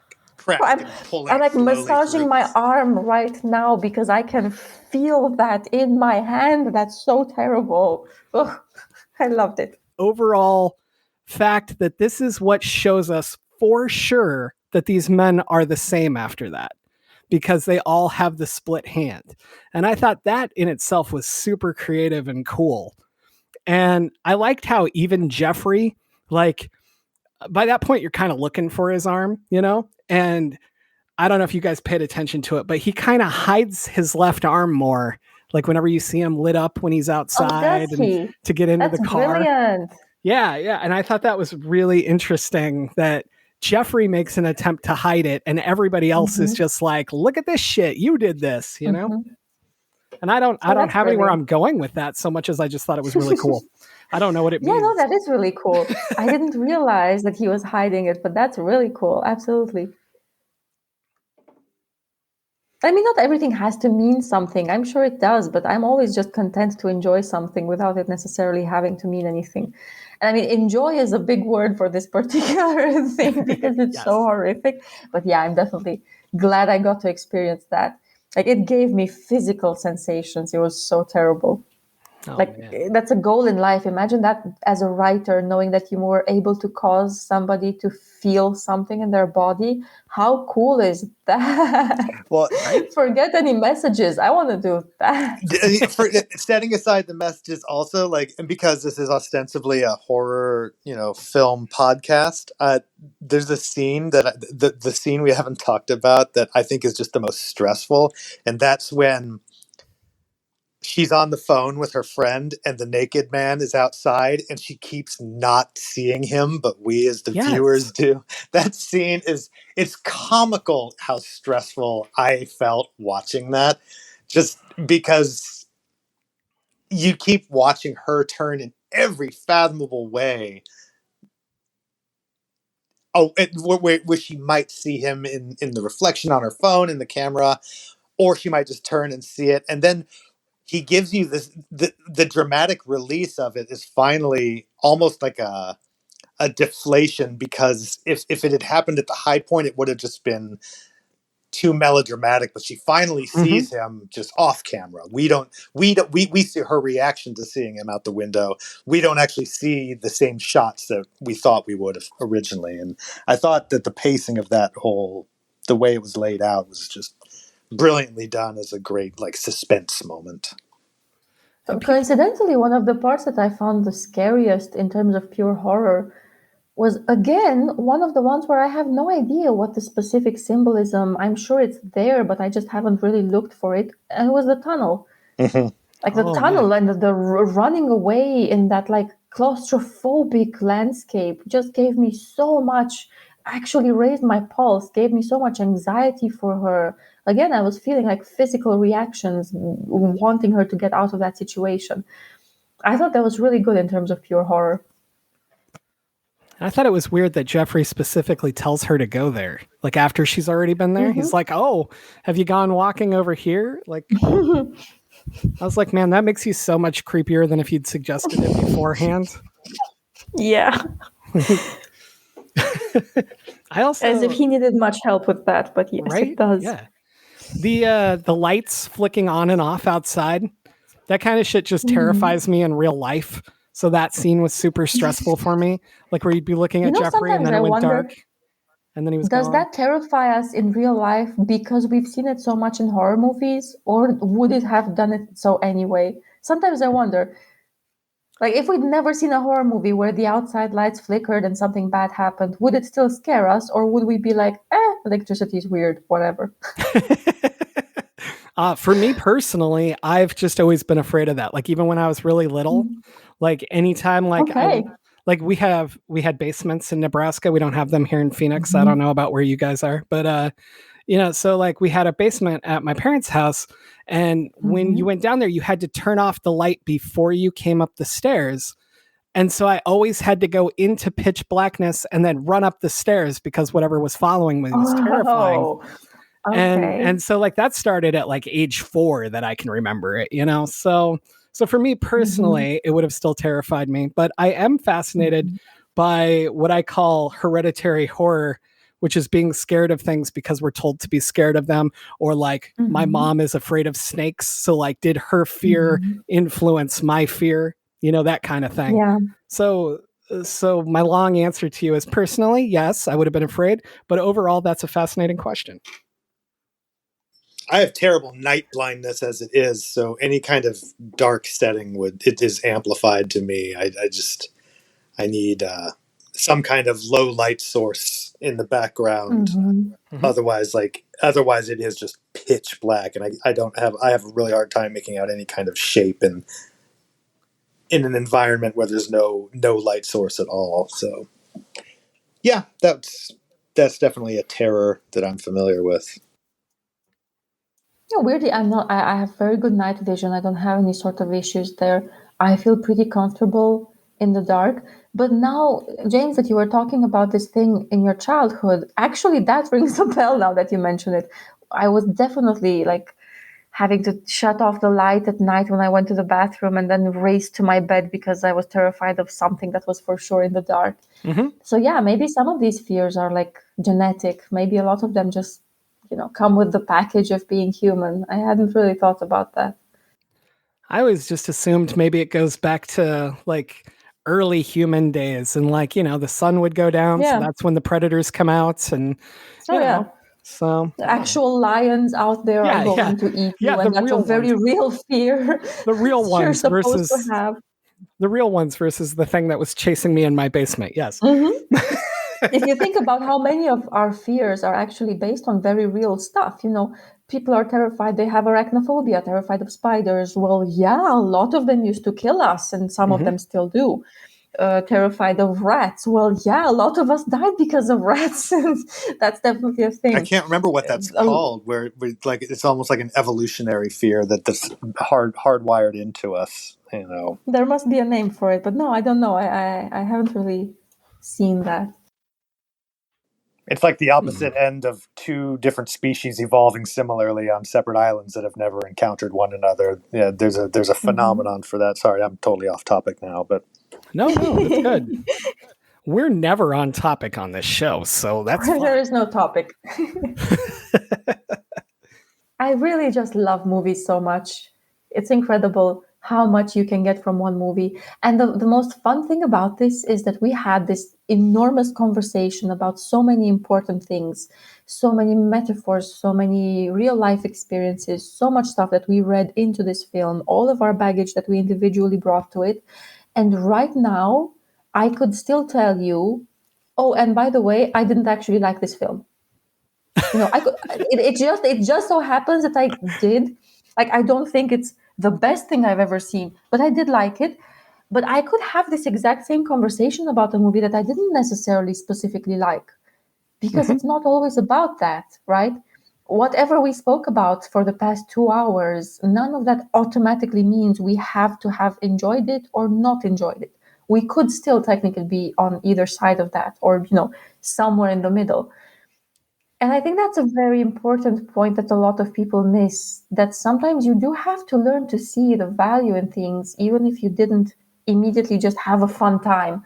Not everything is a roller coaster that you're supposed to be having fun with right off the bat. I think that might be why so many people on all sides of all aisles have not liked this film, because it forces you to bring your own story to this movie, and that might be that's an uncomfortable truth for a lot of people to deal with, because you're seeing your own behaviors, you're seeing the behaviors that you've dealt with, or your friends, or both, or friends, or family, or how you were brought up, or what you was instilled in you. You're seeing all of these things, and you are being.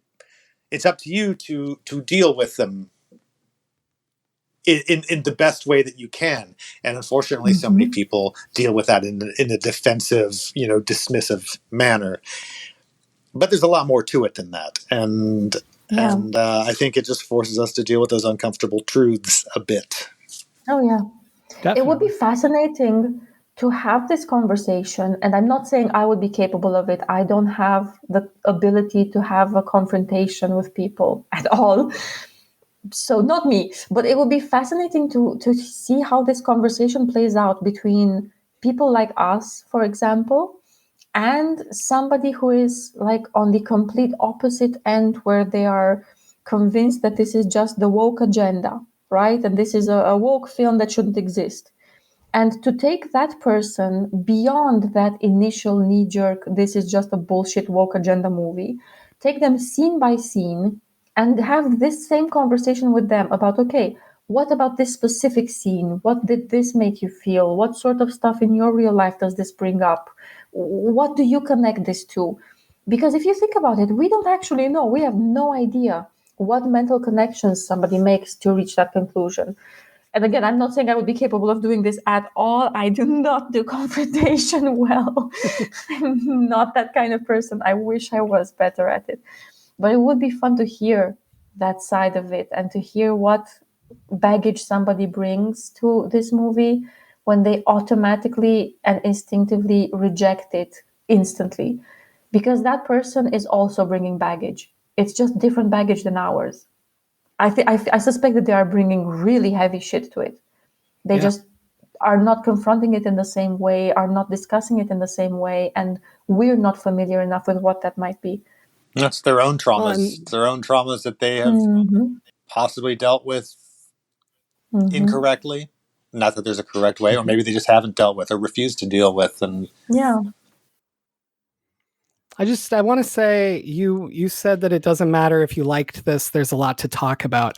And that is literally the point of this show. I don't know how many times I post now watching, and I put the movie that we're going to cover next week or whatever, and I get like 15, oh, I loved this, or oh, that was shit, or whatever in between. And my response to every single one in my head, and I don't mean any disrespect, but it's always, I don't care. I don't care who liked it. I don't care who hated it. I care how I feel about it. But I care how I feel about it, but like, their opinion isn't going to change mine. But more than that, that's not the point of the show. We've covered movies I absolutely hate, like The Lighthouse. I hate The Lighthouse with a passion. Man. See, exactly. And that's what it does. But that's why it doesn't matter if I liked it, because the analysis on that episode was really deep and awesome. And the conversations we had were really cool. And that's what I care about. I care about, let's discuss these things that movies make us feel, whether we hate them or love them. No one loves Anna and the Apocalypse as much as I do, but that doesn't make it a great movie. That doesn't make it a top 10 of all time, you know? And it doesn't matter how other people feel about it as long as we're talking about the themes and that kind of stuff. So I thought it was really cool that you said that, because that's exactly what I'm always shooting for. I'm definitely the expert at just falling madly in love with movies that everybody pans massively. And just, you know, sometimes I don't even know if something is going to be critically loved and everybody hypes it up, and that's the reason why I hate it, because of the hype specifically. Or I would have hated it anyway because I'm just wired so differently and weirdly, and I have my own peculiarities about stuff like this. Yeah. But it happens to me constantly. And I know and I believe it's so important. So many people get stuck on reading reviews or listening to their friends, either hyping something up or panning something. And I believe so much that you have got to ignore that stuff. Whoever is telling you just straight up that a movie is great or that it sucks, ignore all of that completely, because that is not a real conversation. And it might not pertain to you in the least, like in the least. Yeah. And I would say do the same when it comes to books and video games and everything else. The more you read reviews from people who think that they have to have an opinion, the more you're going to end up not finding the stuff that you really love, because you're just finding the stuff that everybody else loves. And we have this variety of choice for a reason. Yeah, definitely. And we're in a time with streaming. I understand if you're dropping $20 on a film, okay? But totally, if you're streaming, give it a shot. And if 10 minutes in you hate it, turn it off. You've lost 10 minutes of your life.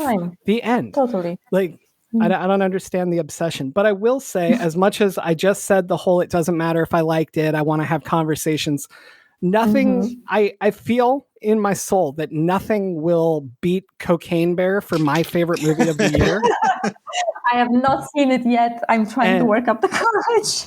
This movie was made for me, okay? Like, it is everything I want in a fun movie. Okay. And I laughed through the entire thing when no one else in the theater was laughing. I was still laughing.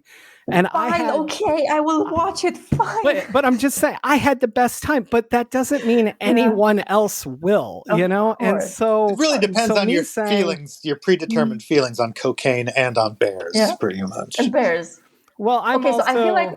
Yeah, go ahead. No, go ahead. I was just going to say, I also am a big fan of the actual story of the real Cocaine Bear, who like just died instantly. But you know, like his body was like owned by a casino owner, and then Waylon Jennings for a while, and now it's in a museum. And I took a picture with the bear at some point. But like, so this entire thing was made for me as it was. But then I'm also the horror comedy guy, and I'm also the creature feature guy. Like, so my point is, if somebody came to me and they said, "Is this movie worth watching?" which is my least favorite question in the entire world. I would say I can't answer that. That's what I say every time. I'm like, I don't know what to tell you. Like, if you like this, maybe, but yeah. No, I totally feel you on this. I get that question all the time too, and I just feel like shrugging and going, I have no idea what you should be watching. I don't know what to tell you. I guess there are literal algorithms out there that are better at telling you that than I am. You know, just keep clicking like on stuff, and the Netflix's algorithm is going to tell you. I have no idea what I should recommend to people. I can tell people what I really enjoyed or didn't, but that's a whole different answer. Yeah, definitely.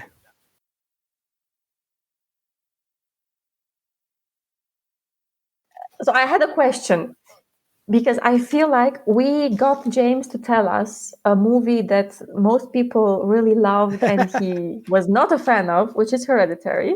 Hereditary and The Lighthouse. Yeah. And The Lighthouse.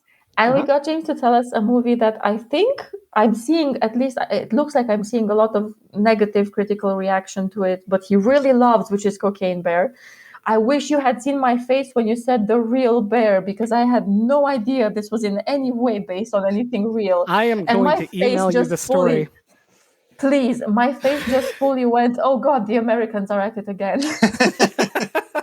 The only shock is that a movie wasn't made Sooner. Yeah, if that's a real story, hell yeah. So yeah, now I want to ask Matt, because I want to hear the same thing from him. What's a movie that's critically panned or hated by most people that you really love, and what's a movie that everybody loves that you hate?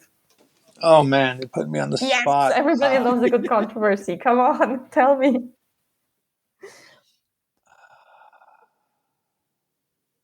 I will fill up this time. If you need time to think, I can fill it up by talking. I'm very good at filling up time by talking. James, I'm so sorry. I know you're never going to invite me on another podcast again. Yes, we are. I wish I would have recorded all the stuff at the beginning before we were recording, because that was fascinating. So you're definitely coming back.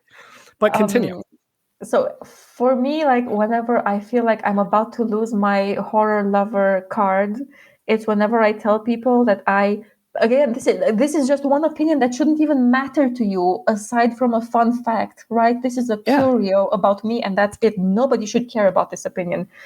I loathe with a passion anything that Lars von Trier has touched. The moment I saw Antichrist, that was the first thing I saw of his. And ever since then, whenever I see his name pop up on the screen, I just groan from the bottom of my soul, because I feel like there's so much stuff in those movies that just is only there to make me feel stupid and like I don't understand and I can't even follow a basic plot. If you ask me what the plot of any of his films are, I can't even tell you. Like, I cannot summarize any of it. And that always frustrates the devil out of me. I don't do well with super surreal stuff that I can't follow. So yeah, I realize that he's objectively great. I know most horror fans, of course, because he's very niche. I realize most people love his stuff. I cannot stomach it for the life of me. So that's my confession. Please don't cancel me, Twitter. All right. So what's one that you adore then? Oh, I am still shocked at how badly reviewed this was. I think it's 2021. I'm not sure anymore which year it was. It's called The Wolf of Snow Hollow. I love that movie. I love it so much. I could speak about that thing for hours, about all of the stuff that they did with anger management, the catharsis I felt when that man smacked that man in the woods. The relief I felt, demons leaving my body in that moment. I felt physical things because of that movie. The way that they dealt with his alcoholism and his anger was so incredible for me. Like, I absolutely, for life, romance, would marry anybody involved in that film. And people really did not love it for some reason. It's like, oh man, I did not see that. Oh, you should definitely see it. I'm a huge Jim Cummings fan though, so maybe I'm automatically biased. I would like, my dream is literally to write a script that he would star in. So that's how much I adore him. And that's so cool. I didn't know that. I guess the main thing that I would say about that is I feel like, I don't want to ruin this for anybody who hasn't seen it. Go check out our episode on it if you really want to. But I just feel like maybe they felt they were promised something they did not receive. And maybe that's where the problem comes from. But overall, I think it's great. It's possible. Anyway, and I definitely respect that conversation of making sure the genre represents what people want to get. But on the other hand, in this specific case, for this specific movie, I don't know how I would have done it differently. No, it's so much better the way it is. But you can't. It's part of the point is that promise. So no, you can't. There's no other way. All right, Matt, have we given you enough time to think? No, unfortunately. I'm so drawing a blank. I think the problem is I honestly don't see many, I haven't seen many new releases from the last few years. I run, I can be like, I think the original Halloween is overrated, and I think that the Blair Witch is overrated, and I think all of the Scream movies are overrated, but, nothing I agree with all of that. I think the only contemporary film that I agree with both perspectives is Skinamarink, and I have seen that, and I understand why people hate it, and I understand why people love it in equal measures. I think it's something. I'm sure you've probably either done that film recently on your show or will be doing it recently. I have a feeling, but I'm not sure yet. We'll see, but it hasn't happened yet. Yeah, cool. All right, so I guess that brings us towards the end. Unless either of you have anything you want to add before we go there. I feel like I've said more than enough. I'm so sorry. And I feel like Alex has more than done an adequate job of summing up my feelings on most of this as well. I thought it was amazing all around, so it's all good. Why don't you tell us again about the book releasing? I think this episode's coming out the week that the book releases. So tell people where they can grab that and what else you got coming up and where they can find you on social media and buy more books and support horror. No, we're on tenebrouspress.com. We're around the usual spots like Twitter and Instagram at Tenebrous Press. You can also track Alex down on both of those places by her name. And then our next book, Soft Targets, comes out March 22nd. There will be a book release party if you're in the Portland, Oregon area. We'll be doing that on March 19th at Rose City Book Pub, where Carson and everybody's favorite Danger Slater will both be doing readings that night. Never heard of him. I know. Yeah, I think I've been handed pictures to watch for at the door, basically. The moment you said the words "never heard of him," he twitched somewhere now, and he doesn't know why. He's eating a new Kit Kat and doesn't know why. Yeah, go ahead. Our artist for the book, Blackie Shepherd, is actually going to be in attendance as well, which makes me excited to have him there. So yeah, that's out March 22nd. It's about... it deals with gun violence in the United States, but it's more about just our general malaise towards violence and consequence in general. Yeah, and our fascination for it, our turning violence into entertainment. It's a good book. Honestly, it's a very good book. We're biased, but we're also right. Book. Well, I mean, you guys did also release like one of my favorite books last year, which was Lure. And I can't get enough of everything you guys are doing. So I'm excited. I'm probably going to skip Danger's book. No, I'm kidding. I may have already read it. Who knows? But but no, I'm super excited at everything you guys have been doing. And I just, I really feel you're putting out quality stuff. And I don't just say that. I'm not just blowing smoke. Like, legitimately, I'm super impressed with what you guys are doing. Thank you. We're going to do our best to keep doing it as much as we can.